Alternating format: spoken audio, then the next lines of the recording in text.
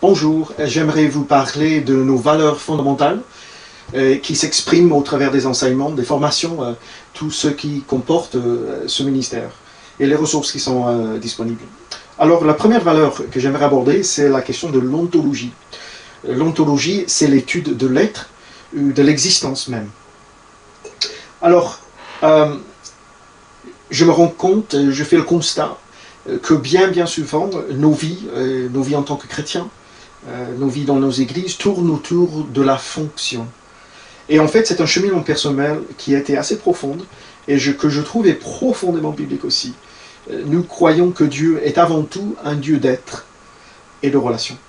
Avant de faire, avant de rentrer dans la fonction, il y a la question d'être.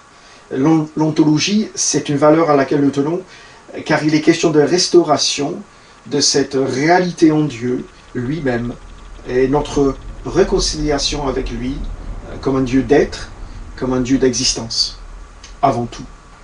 Dans le Nouveau Testament, suivant dans les Actes et dans les épîtres de Paul, nous entendons cette petite phrase qui sera une référence à Jésus qui est ressuscité d'entre les morts, le premier-né d'entre les morts. Vous pouvez regarder dans les grandes prédications des Actes, vous pouvez regarder dans Romains 8 et d'autres passages de Paul, où vous trouverez cette petite phrase. Et en fait, nous comprenons par cela de façon ontologique que Jésus-Christ, par sa résurrection, établit une nouvelle humanité. C'est une nouvelle existence, c'est une nouvelle manière de vivre, grâce à lui, grâce à qui il est, et grâce à qui nous sommes en lui. Alors cette ontologie est fondamentale à notre compréhension de Dieu, de nous-mêmes, de l'Église, de la famille, de la vie, et comment nous allons expérimenter nos vies. Alors nous faisons tout notre possible pour restaurer l'idée que Dieu est un Dieu d'être.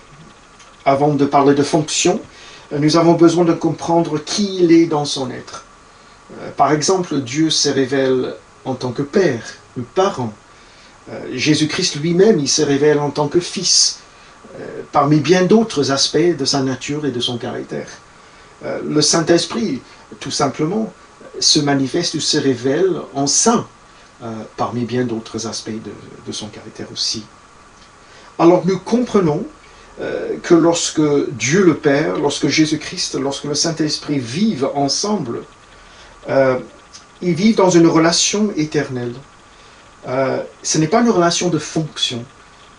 Et du moment où nous observons qu'ils sont égaux en substance, en nature et en relation, nous comprenons rapidement que l'idée de la fonction est minimisée et a une place secondaire.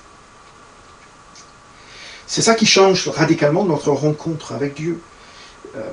Nous ne cherchons pas, Dieu ne cherche pas à ce que nous lui rencontrons en le servant afin de le connaître. Mais il cherche à ce que nous le connaissons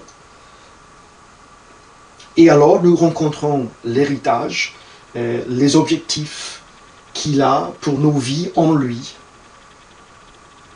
Et nous découvrons que toute notre vie découle de l'être de Dieu. C'est la leçon du Nouveau Testament. Et celle-ci, ce n'est pas la quantité de choses faites pour Dieu ou au nom de Dieu qui nous rapproche de lui, mais c'est chercher d'abord la relation d'être avec lui qui nous rapproche de lui, dans sa personne et de ses intentions qui seront enfin restaurées à la relation, et le faire trouvera sa vraie place, parce que nous découvrons à nouveau cette relation d'être avec lui. Alors le christianisme, souvent on dirait que le christianisme est une des 5 religions mondiales. Si nous comprenons cette ontologie, et celle de Christ, et nous en Jésus-Christ, et que nous sommes une partie intégrale de la vie céleste autour du trône de Dieu, en fait c'est de là, c'est de cet endroit où découle notre vie, parce que autant que Jésus-Christ est en nous, nous sommes en lui, là où il est, dans cet endroit.